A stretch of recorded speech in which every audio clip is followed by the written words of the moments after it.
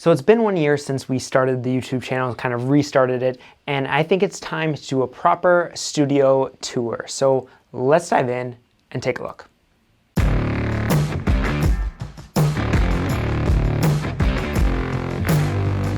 So hello and welcome to the channel. My name is Nick Polkowski and very excited that you're here. And on this channel, we talk all about live streaming and video and how you can use that to grow your business.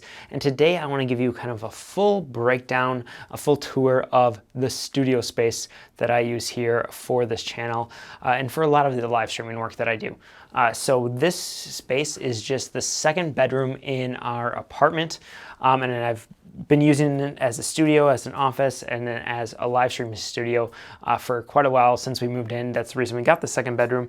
But I want to kind of take you through everything here that I've kind of laid out over the years and slowly developed into the studio that it is today.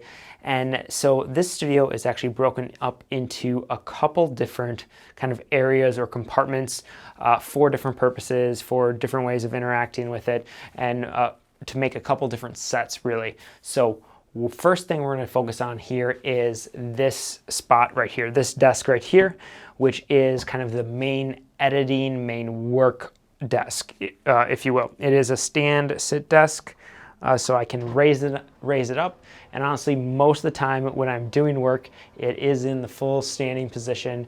So this is where I will come to and do a lot of the work, a lot of the editing pieces for this channel and just in general for any of the video editing work that I'm doing. So this desk, it is actually a Next desk. I have had this for years. Like we're probably talking 8+ years at least. I don't remember exactly when I got it. The company Next Desk was bought and by a different company. I forget who they kind of folded into, but they still make standing desks. There's a new company, different name. But yeah, really love this. This is one of the first big investments I made when going out on my own. Super happy with this desk, and there's so many different options now for a lot less money than I paid for this. So highly recommend you check out a few of those. Along with it, because I will occasionally drop it down and things like that, is I actually got the Foley, the stool here from Foley. It raises and lowers, so it's easy. Very easy if I do want to work here and have a little bit of support, something I can sit on. I'll sit on the stool and then I can lower the desk down to the appropriate height and just work from there. But again, most of the time we're fully standing. I can even drop it down and sit on the stool. I will do that occasionally, but most of the time it's fully up. The kind of spaces here is we have obviously our kind of the computer space, where I am if I'm doing any editing or any other computer work really. This again is kind of the main office space here, office workspace here. And then I like to have kind of this area over here to do any extra writing, or a lot of times I'll pull out an iPad and have that here if I'm doing any sort of note taking with my Apple Pencil, things like that.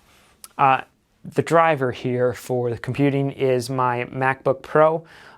Really like this computer. It's one of the newer ones, not the M1, but it's one of the newer ones. Again, I'll link everything I'm talking about that I can. I'll link it in the description so you can go check all this equipment out and see everything that I'm using. I have this Mac Pro here sitting in a little stand. The MacBook Pro is then connected to an Anchor hub. It's a USB-C hub that then connects to the displays and everything else.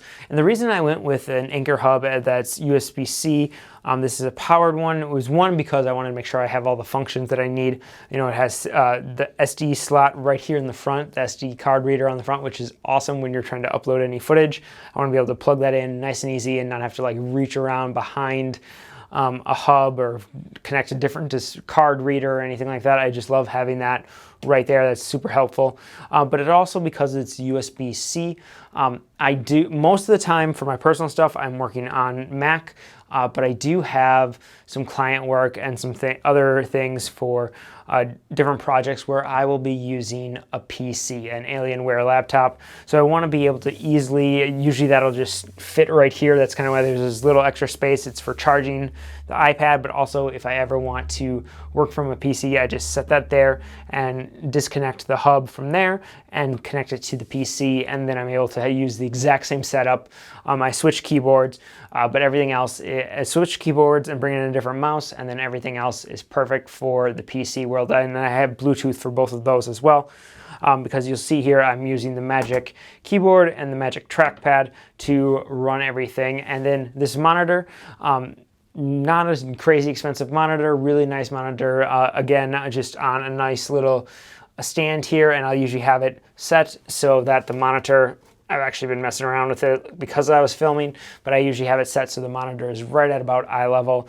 And then I have two audio engine speakers right here on little stands to kind of lift them up, get them closer to ear height.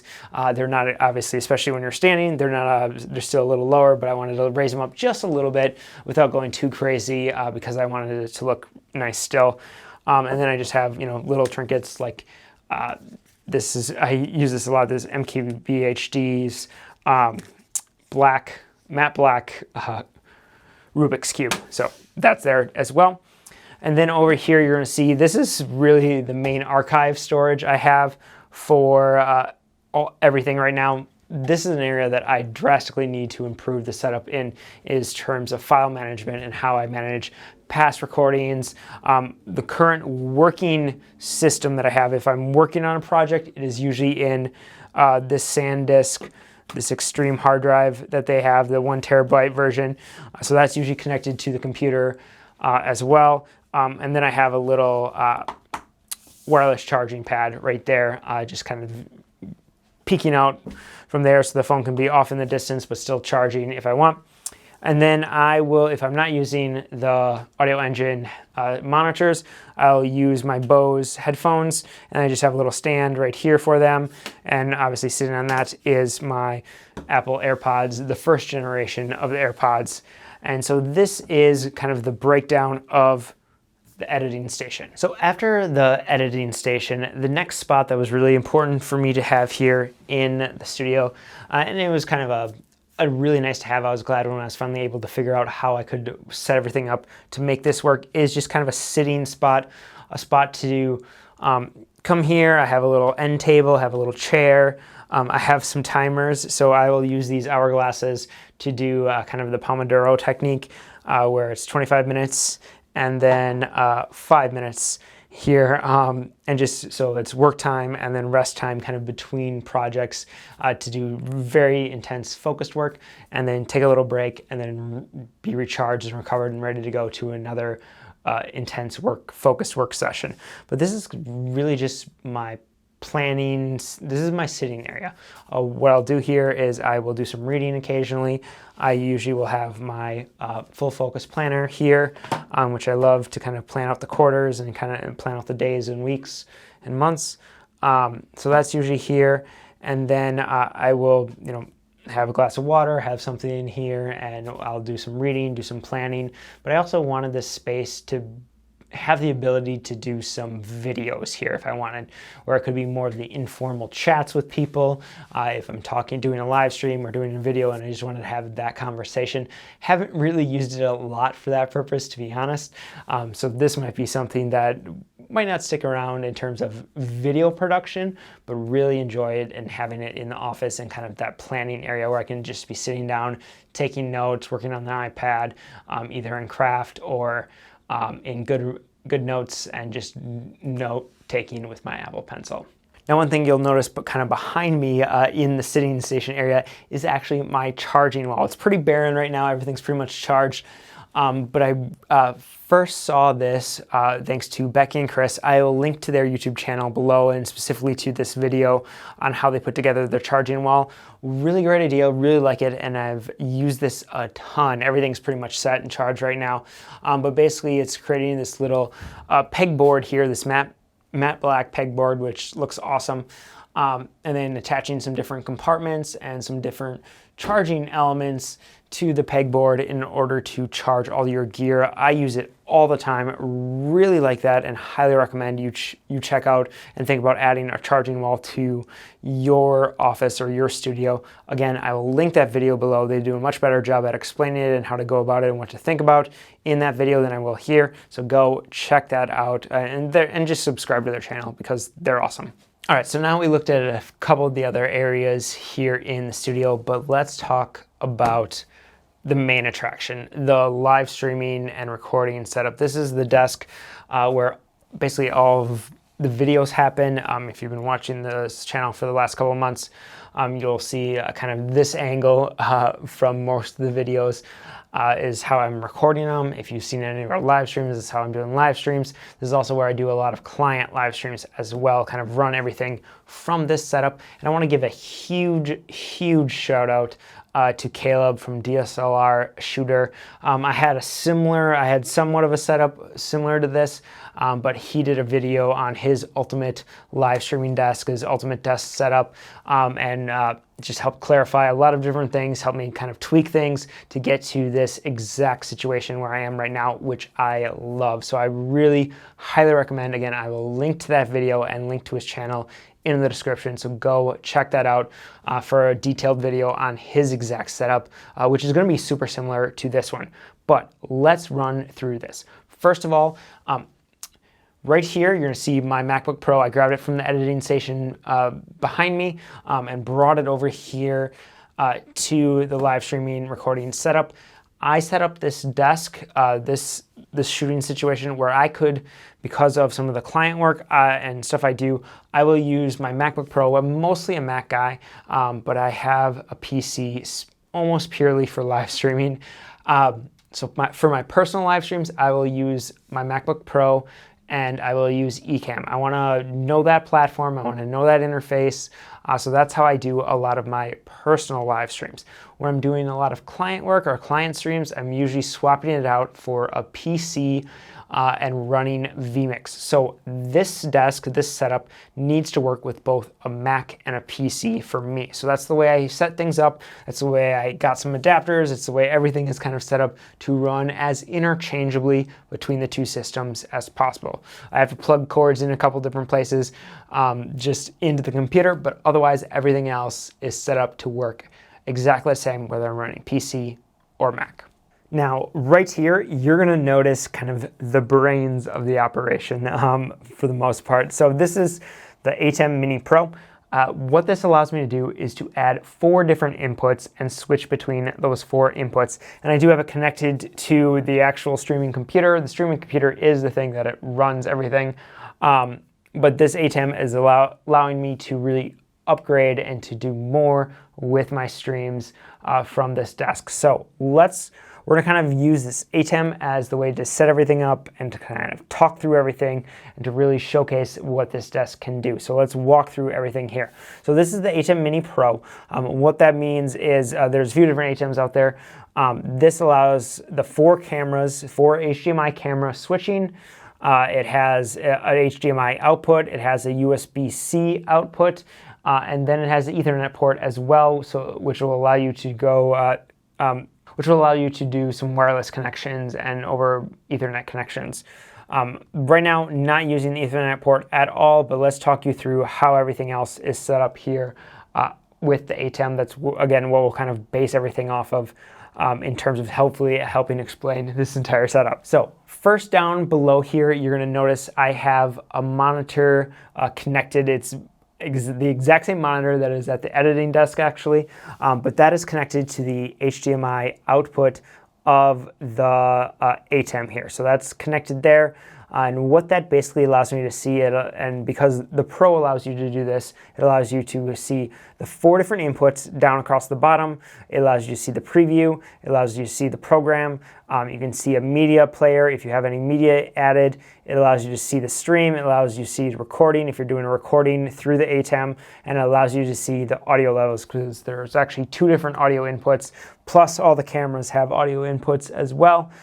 With the ATEM. So really like that. And you can adjust it. So I could just have the program here, but I definitely like to have the multi-view going out. So you can do some different adjustments. This is not going to be a full breakdown of the ATEM. I'll probably do that in a future video, but just kind of giving you the overview here. So I have the HDMI out connected to that monitor, which allows me to kind of see everything at a glance. Then we have the USB-C output here on the ATEM. What I do, the way I run things, because again, I want to be able to quickly and easily swap computers, so I run things through the USB-C, and I am plugging the USB-C into the computer here, the MacBook Pro here, and that's how I actually will go control things. So let's bring up Ecamm. So I'm going to bring up Ecamm just kind of on this side here. And there you can see we actually have the main camera and the ATEM. You can see if I'm switching, it's going to switch things on here. That is all happening through Ecamm. Now then, if we have input 1 right here, that is actually the main camera right here in front of me. So it's capturing all of that through input 1. My main camera is the EOS R. Really enjoy that, and we're going to talk a little bit more about this main cam in just a little bit, but I want to run you through the other inputs first before we go into detail on that exact setup. So let's jump in to input number 2. This input is right now just an HDMI cable out to an adapter, and so for some of the streams that I run, I tend to use a lot of not necessarily a lot, but I will occasionally use some iPhone. I want to show the iPhone display. So what I have here is just an extra cable that will allow me to connect directly to the iPhone, and it'll bring that up as an input. You're going to see in just a second. There we go. We brought up my iPhone, my Instagram profile, and that tends to be how it gets used. So for a couple of the outros and pre-shows, I have like a scrolling Instagram feed based off of the hashtag of the event. So I'll show that through here. Or if I just want to walk somebody through how to, say, do a live stream with your iPhone, I can do something like that. I've also occasionally used this as a second camera where I would set up another tripod and then put the iPhone on a slider and use Filmic Pro, which is an app. And then I have the slider going back and forth connected here, and that can create a more dynamic shot. I'm going to go into detail on that exact setup in a future video here where I kind of review one of the sliders and talk a little bit more about that. I'm really liking that shot and the way that's set up, so be sure to hit that subscribe button, turn on the notifications, and look out for that video in the near future. But that is the second input here is for iPhones or for plugging in an iPad to give that display. Now let's talk about input number 3. That is the close-up camera right here. And what I'll basically do that is if I want to show off a product or show something, I have this close-up camera right here that I can easily display that, and it allows me to easily see. So I have obviously the big monitor over here, but I also have the little monitor here on the actual camera. That camera is just connected to the desk with a friction arm. I really like these little mini friction arms. They're great for holding lights, for holding extra cameras, and you can really put them and place them almost anywhere, which is really awesome. So this allows me to do some of those close-up product shots or anything like that where I want to show something very clearly to the audience. And the camera that I'm using here is just the XA or AX10, I always forget which order the letters go, from Canon. It's an older older camcorder from Canon. Still works really well. I use it a lot in in-person events, or had used it a lot in in-person events, because it has great zoom and it's just a constant clean HDMI output before a lot of the DSLR cameras even had that clean HDMI output. So it's usually one that I take to use for wide-angle shots and things like that in-person events. So you can find some of those ones for pretty cheap now online. You have to do a little sleuthing for them. They're not necessarily in production anymore, but when you can find them, you can usually get a pretty good deal. I like these ones because they do have the XLR inputs. Obviously not using that here in this situation, but just something to keep in mind if you are looking for live stream cameras at a fairly reasonable price. Now let's talk about our input number 4, which is right here. That is, input number 4 is purely a clean desktop display. So the way this works is I have my computer here, the MacBook Pro, or again the PC if I have the PC connected, and I have an HDMI cable plugged in. We'll go over some of this in just a second, but basically I have an extended display here on this monitor that will allow me to bring over any sort of, like say if I want to bring over, let's open a Safari window. So say I want to bring over a Safari window and bring that up here, I can very easily bring it up in a nice way with nothing along the sides. There's not extra stuff on the desktop. It's just a blank kind of grayish background, which I really like and really appreciate.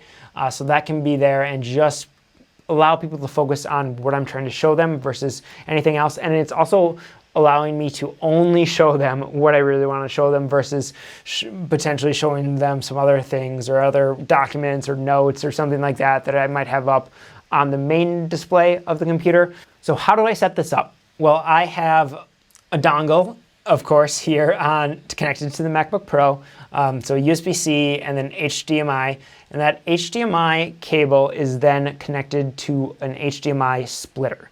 So the splitter then has a HDMI cable that comes in here to this monitor, so I can easily see things and run everything from there. Because one thing I've definitely noticed is that trying to run any sort of display out there, your mouse easily gets lost on that display because it's further away, which is perfect for the multi-view. I don't necessarily need to see things up close, but if I am running this display, I want a nice close display, so that's why that's here. Again, it's on the monitor arm, so I can move it around if the angle adjusts. If I need to adjust any of that, I can do that. So it's in a nice viewing area for me. And so HDMI is split to this display and then also as the fourth input here on the ATEM Mini Pro. So that's how we're bringing this configuration to have that really nice, clean desktop display output. So if I ever need to show any of that to the live stream, works really well. Love it. Use this all the time. All right, so now back to the main camera, and this main camera setup I really do like. I think it works really well, and it integrates really well in just the flow of a live stream, and just so versatile in the way I use this. So what you're going to notice is the main camera is an EOS R. So I purchased the R because I do a lot of product videos as well. I was doing a lot of car videos here, so I wanted something that could have a high quality picture, could do a little bit of slow-mo. I got this before like the 5 was released and stuff like that. So it's not perfect slow-mo like I would like, but it's a really great image, does really well as a live stream camera also. So the EOS R is plugged into a constant power source. I have a power adapter there so it can just stay on forever and be good. Don't ever have to worry about that. And then you're gonna notice there is a glide gear teleprompter on the camera. So that teleprompter is basically an iPad teleprompter. And what I've done is actually taken a field monitor. So a mini monitor, like small HD, this one's a newer one. And I'll link to all of these products in the description as well. So be sure to check that out. Now, so I've been using this little monitor setup as a way to see Zoom calls for a while. But again, Caleb from DSLR Shooter, I'm going to give him another shout out because he had a really great video and some tweaks on how he's been using that mini monitor in order to do a few different things that we'll run through here. So he really helped me take my game to the next level with this teleprompter piece as well. So go check out that video also from Caleb. Great job there, and really dove in to explain how you can use this in multiple different ways. So right now, what you're going to see is if you look at that teleprompter, you're going to see myself. I'm just kind of seeing the framing of the shot. Now, I do have this shot in a couple different locations. So if I'm on input 1, you can see the shot easily in the 2 program views right there in the preview and the program. And then, of course, in camera 1 down in the monitor. But also it allows me, if I am talking, I can talk directly to myself and kind of be looking at directly into my eyes while recording or filming, which is really nice and makes it easier for you to kind of maintain that eye contact. So that's great in and of itself. But the other cool thing that this teleprompter is able to do, this specific setup that it's able to do, is to actually show you either, again, of course, the standard teleprompter, seeing your script on the screen in front of you and be able to read directly from that while looking in the camera. But also you can set it up so any sort of video conferencing, whether you're using Zoom or Teams, you can be looking directly into the eyes of the people, directly into the camera while looking at the people you're talking to, which is really great. And so here's how that is done, is actually using an HDMI switcher. So there's a switcher down below, and the way everything is kind of connected is you have the HDMI, the mini HDMI, mini micro, I forget what it is, but the specific EOS R HDMI plug then goes into a regular HDMI splitter. So the camera HDMI is going directly into the splitter. From the splitter, you are then getting one HDMI output into the switcher, and the second HDMI output is going into the input here on the ATEM Mini Pro, the input 1, which is what allows you to be getting that feed from the camera into the ATEM in order to send that out to the live stream. And then the switcher, you can either have your camera feed up there, or if you switch it to the other part of the switcher, and I always forget which one I have it set to, or the switcher is connected and can display a third desktop from your computer. So the way this works is actually taking another adapter and plugging in, so you have your dongle with an HDMI cable or an HDMI output, plug an HDMI cable in there, and then plug that cable into your switcher directly, and the switcher is then, of course, plugged into the field monitor. And when you switch, you're able to change from either the camera display or to that third desktop. What that third desktop is going to allow you to do is to take, say, a Word document, or if you wanted a web page or a Zoom call, a Zoom, like the displays from a Zoom call or a Teams call, and bring that into your monitor there. And so like here, I'm just quickly showing you how we could have, say, a web page displayed there, but you could easily switch that out for your text if you want to have your script up there and just kind of scrolling through a Word document so you can easily see that and easily read that. Or if you're on a Zoom call, you can throw the people you're talking to up there so that you can see them either in gallery view, or I actually recommend speaker view most of the time if you're able to do that.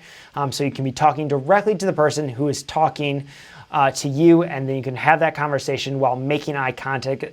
It just makes it so much easier to have that eye contact and feel like it's a more engaging conversation, because instead of you looking down or looking at your screen, you're able to look them directly in the eye the entire time without too much of an issue. So that kind of covers my entire camera setup here for the live streams. Again, I'm able to use 4 different inputs and really create a dynamic, engaging live stream, or even video conference call if I want to, because of how we can route things in. Even me doing all of this and switching different cameras in a Zoom or Teams call with no issues really. It can be very simple. You just have to set things up ahead of time so that you're coming from the right camera source, which is your Blackmagic device here. Now you can set this up, your inputs up in any way that fits you best. You could maybe have, instead of having, say you never need to use your iPhone camera or your iPhone display, maybe you want to have a behind the scenes camera where you have another device kind of behind the scenes showing people what you're doing. Or for a while I was using a GoPro as a top-down view, just connecting that through the HDMI cable into here, and just would have a consistent top-down view. I found I wasn't using that enough, so that's why I switched to the iPhone display. I was using that much more, and I still had the close-up camera if I really wanted to show anything close up. So that's why I kind of went that route. This is what works for me, but decide what's going to work for you and your setup, and you have lots of freedom, lots of options here in the way you set things up. So now let's talk audio. So the mic I'm using here, you can see I'm actually, while live streaming, I'm using this boom arm right here. It's kind of just off camera. You can barely see. I can be touching the mic right here. It's pointing directly at my chest in the normal position. So this desk right here is a sit-stand desk. It's a Husky workbench. I really love this. I was very happy with this desk. And most of the time it stays in this exact position, but I do have the option to raise it up if I want. So this boom, the shotgun mic right here is actually attached to a Heil arm there. You can use really any sort of arm. You can use a boom stand, but I wanted something attached to the desk. So if I do raise it up and down, the mic is going to travel with it. Obviously, the monitor will travel with it. This camera will travel with it. I don't have that camera necessarily connected, which is fine. I want that little extra depth of field. But a lot of this will travel easily up and down. I'm not going to talk about cable management in this video, just because the cables aren't managed really well right now at this moment, just because I just had to kind of put all this stuff back together after doing an event. So this studio constantly gets torn apart and re-put back together. So cable management tends to not be as perfect as I would ideally like it, but there are lots of options out there. And we can go through that in a future video if you want that. Feel free to leave a comment, let me know that you want to see some cable management videos, and I'll happily do those. But back to audio. So this is the main mic I have here. I have it running into a Behringer interface that is right here. Just purely, this is taking the XLR cable and turn it into a USB input. So I've used the Scarlett Focusrite in the past as well. I have that. That one's mostly my in-person event type one or on the road type one. So I have that. I still have that. Still use it all the time. But right here, just because I only ever need one XLR input at this desk, that's why I have that sitting right there. And then I am using the headphone jack on here. I have a cable, an extension cable that I just wrapped around the back of the desk and is just kind of stuck right here to the side. I use these little cable management pieces right here. So I have that output right here, just stuck right to the side, so I can easily plug headphones in there. And now I use two different styles of headphones depending on the event and the stream that we're doing. So let's talk about those two first. So the first is those exact same Bose headphones that I had on my editing desk that I mentioned previously. I will use those if I am doing a client event where I am not going to be on camera. These are just more comfortable. They give me a little bit truer sound, so I'll plug the one end in there and the other here, and then I will rock these on a stream and just talk, and so it allows me to hear a little bit better. I can hear any extra little bits of audio adjustments that are needed. I can usually hear a little bit better with these over-the-ear headphones from Bose. High quality, love using them for working with live streams. So that's what I'll do if this is a client event where I am not going to be on camera. Now, if I am going to be on camera, I will use these headphones right here. And the reason I'll use these is because they are kind of behind the ear, over the ear, little earbuds that will blend in very nicely. And I will usually have them thrown behind my back. I will usually only put one in, and then I can easily connect that into our little extension cable here. And this is actually a situation where I will usually have a bunch of extra cable that I can just kind of pull out from this extension cable, and it's connected still to the corner of the desk, and I can be talking, and just with a little adjustment, and usually I'll run them up the back of my shirt so that they stay even nicer, and I can talk directly to camera with very minimal anything like sticking out. Like you're not really going to notice these headphones in somebody's ear when they're talking directly to camera this way. So that's why I like to use these whenever I am on camera. Highly recommend. I actually have a full video kind of breaking down these headphones. You can check that out right here. Now, the other piece of gear you're going to notice here on the desk, well, actually there's probably a couple. So some of this we can just get rid of. The iPad right now just has my notes. I will often have an iPad here with notes, or if I'm running a stream or something like that where I want to be able to throw somebody's comments through vMix specifically, I have a smaller iPad that I'll often use that just will display comments, usually for client streams or things like that. Again, using vMix, where I can send those across. I talk a lot about comment management in this video right here, so if you want to check that out, go watch that video, just how to manage comments. I also have this Logitech keyboard right here. This lives at the desk. The reason I like this here is because it has 3 different inputs. So I have actually 2 different PCs, 2 different Alienware PCs that I'll end up using because of my work and because of client work. And then I have another one mapped to the MacBook Pro here, so I don't need to be like reaching over to type anything.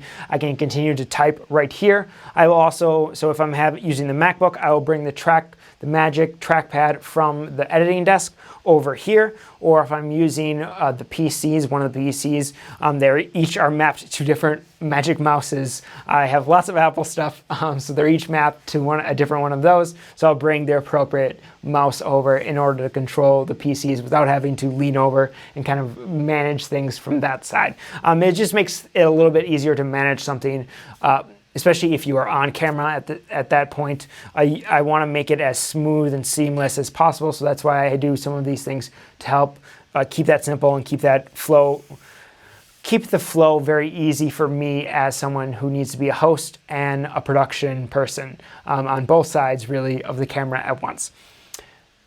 Keeping that in mind, another thing that makes it a lot easier on both sides of the camera is to have something like a Stream Deck. So with the Mac, I always use the Stream Deck. With the PCs, I do have an X Keys as well. So I've been using X Keys mostly and just started mapping a few things to the Stream Deck just because the Stream Deck can be very customizable. So what the Stream Deck allows you to do is to set up a few different things. And this one's kind of mapped to some of the, right now is mapped to some of the Ecamm ones, but you can map it to vMix. You can create different profiles for the Stream Deck. So I'm going to do a full breakdown again on how to set up a Stream Deck and what I like in my Stream Decks, but highly recommend if you're wanting something that you can basically deploy different scenes, to mute things, to turn things on, to have graphics go, to switch to different cameras or different scenes again in Ecamm. You can do all that very easily, very quickly, without really looking right here with just one hand. It makes it much easier to produce a live stream, in my opinion. So I recommend checking out that if it's something you might be interested in. And again, I like it because it's so customizable and you can create all these different profiles. So that's where I'm starting to lean towards Stream Deck versus something like an X Keys, which is basically the same thing, but it has, stickers that you write on versus customizable buttons that can easily be changed, and doesn't allow you to create multiple different profiles that can be changed with a couple mouse clicks, like the Stream Deck can. Whew. All right, well, that was a lot so far, but now let's talk about a couple that covers most everything on the desk, but I want to talk to you about a few other important things. One is lighting. So let's talk just a little bit about lighting. So right now I do have my office lights on. So I have that light there and then that light there, and that's purely because we're moving around a bunch here and I want to make sure I have enough light coming in. I turn those off when doing any actual streaming or recording because they add a little bit of that warmer glow to the environment, and I want to keep it more true to just the setting, the setup, and match the other lights that I have here. So most of the time those are off, but I'm keeping them on now just so as we move around, we're able to still have enough lighting without having to readjust all the lights.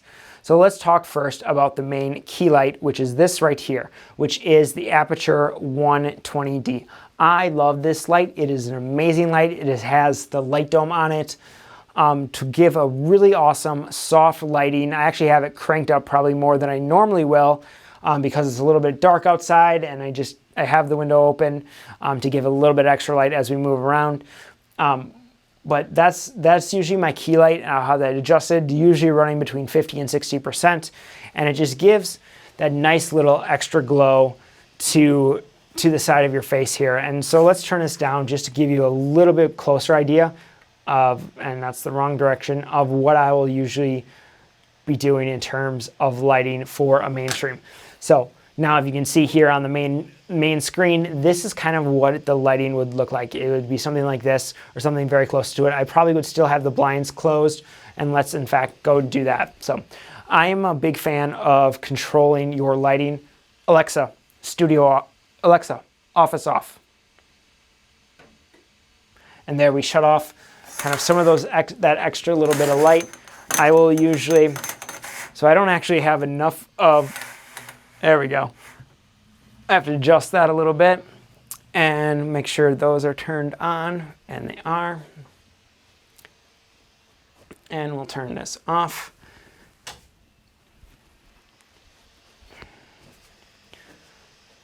So this is pretty close. I would probably do a little bit of adjusting. I think some of my display lights behind the scenes, I would adjust slightly, but this is pretty close to the lighting setup that I would do if we were running a stream. Again, there would be a few little tweaks, but I don't want to spend time doing all these tweaks right now.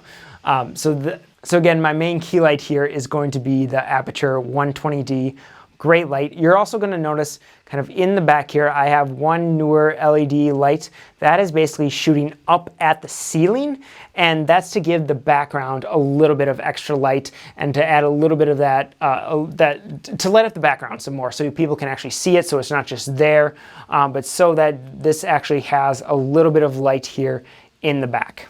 All right, so I turned the office lights back on so you can kind of see things a little bit more. What you're going to notice also is down here on the floor, I have another newer, this exact same newer light, LED light. These were fairly cheap when I got them years ago. And this is serving as that separation light. So it's just shooting back up at me here as I'm talking to the main camera to add a little bit of that hair light kind of around the shoulders to separate me from the background some. You can kind of see that here in this shot, how there's that little bit of separation. If I lift my arms, you can see some of the light shining down below me on my arms and stuff like that. It just creates a little bit more of that separation element from the background so that you're not blending into the background so much. Now, the one thing I noticed during this entire thing that I normally don't do, but because we were kind of jumping from place to place, is normally in my background setup, I'm going to have the editing desk all the way down. So let's go ahead and put that all the way down right now. And this is purely me thinking that this looks a little bit better. So that drops that down some and just kind of adds that aesthetic feel, if you will, because now I have, rather than the desk being up super high, it is now kind of right off my shoulder. You can see the monitor, you can see some of that. So occasionally I have put things on the monitor. Not too distracting, but usually I have put relevant items or things we're talking about on the monitor. And I do spend a decent amount of time thinking about what is going to be displayed behind me. So that's why I got a nice little bookshelf here. You're going to notice there are some extra little lights there on that bookshelf. So I have the M9, I have 3 different M9s kind of displayed through there. So there's one behind the books right over there. There's the kind of pointing at the books, adding a little bit extra light. And honestly, that one should be turned up a little bit from where it is right now. I have one behind the mixer that I have there, just shooting back at the wall. You can see that little pop of white light right there. And then I have one, you can't actually see it, but it's magnetized to that post right there, shooting at the high LPR40 there to add a little bit of extra light there. And then you can see some of that purple from an LED strip. They're starting to fall down, so they need to be readjusted some, but you can see that's just adding a little bit of extra dynamic there to that shelf. So those are really the background lighting, what I think about in terms of lights here in the studio. So that's what I think about in terms of lights, but let's talk a little bit more about background. We covered a little bit of that. Really, that shelf right there is purely there for kind of background reasons. I have a little bit of a plant there to add a little bit of that green. We have some purple from the light strip and some interesting objects for people to kind of look at and kind of notice. You'd be surprised how many people will call out the fact that I have a mic there, or the fact that I have the mixer there, or some books, ask what the books are, things like that. So those elements are important to have in your set. And even just having, the computer desk here, again, sometimes I'll put something on the monitor. But I'm also a really big fan of having more dark backgrounds. And we're in an apartment right now, so I can't paint the walls, which has been tough. But that's why you'll see I actually added the dark charcoal sound panels there, which we'll talk a little bit more in just a second. But that's the reason I got those there to add. So it's not just a white wall behind me. So I've added some elements. I've added the light to create the separation, and then I added the dark charcoal sound panels there to help, again, kind of create that overall mood. And then we have another shelf right here just to add a little bit more to that dynamic. You don't see much of it usually in the shots. You can see the Bose speaker there, and you can see a little bit of the books there, the books here, and then you can see just some more dark journals, and you can't even really see that panel there, but I just added a few elements. One thing you can notice is the brick wall right here. That is a fake brick wall. I just wanted something to add a little bit of extra element there. That is from Amazon. It is a brick wall backdrop. It thumbtacked there just to add that little element. And I've used that for years and different ways and different setups. I really like that as just right how it is now, not as necessarily the main focus, but it has that extra little piece, that extra little element to a shot. But let's talk just a little bit more about soundproofing. So you want to think about how the sound is going to how everything's going to sound in your space. So you want to be sure that you add sound absorbing materials, so it's not just a big concrete glass room. And again, this is a little bit smaller room, so that's going to help from creating some crazy echoes, especially if you treat it even a little bit. So you're going to notice there is carpeting on the floor. That helps a ton. There's some furniture, there's other things in this space to help absorb or deflect some of that sound. But what I've done, one, we have blackout curtains, so they're little thicker curtains. They're going to help absorb some of that sound. I also here in front of me, directly in front of me, which this is a drastic improvement in sound, is moving blankets. They work really well at absorbing sound, so I highly recommend, and they're fairly cheap, so I highly recommend checking out getting some moving blankets. I've tacked them to the walls before. These are actually just hung up by some clips on a rod that is not screwed in or anything. It's just kind of placed across that little span there. There's a little, our closet has some separation between the closet, top of the closet and the ceiling. So I'm just able to kind of set the rod there, and it's just thumbtacked on the other side.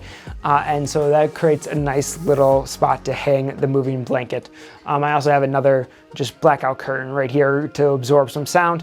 But then really the big thing in this room has been these sound panels. These are custom built sound panels. Again, I will link them below. I believe it's GK Acoustics, somewhere. It's out of Atlanta. They do a great job. Decent amount of lead time in order to get you your sound panels, but they're really great. And again, I went with the dark charcoal because of I knew I wanted to use them in the background. So they're probably honestly a little less functional in the background because a lot of the sound is being projected in the other direction. But I think they look amazing, and I think they look really well there as a background element. And there you go, that is the new studio tour. Be sure to let me know if you have any questions. Let me know in the comments below. Happy to answer anything about that, about this whole space. And also, don't forget to check out the gear list. I'll list tons of things, tons of gears, and I'll list a couple other channels and a couple other videos to watch that I've used to help create this space. That will all be in the description. And this is the final version of this studio. It's taken quite a while. There's been lots of iterations over the years, even over this last year as I started doing more regular videos and just doing more consistent live streams from this space. It's changed a lot in this last year. I'm very happy with where things kind of ended up. And now that we finally reached this spot, it's time to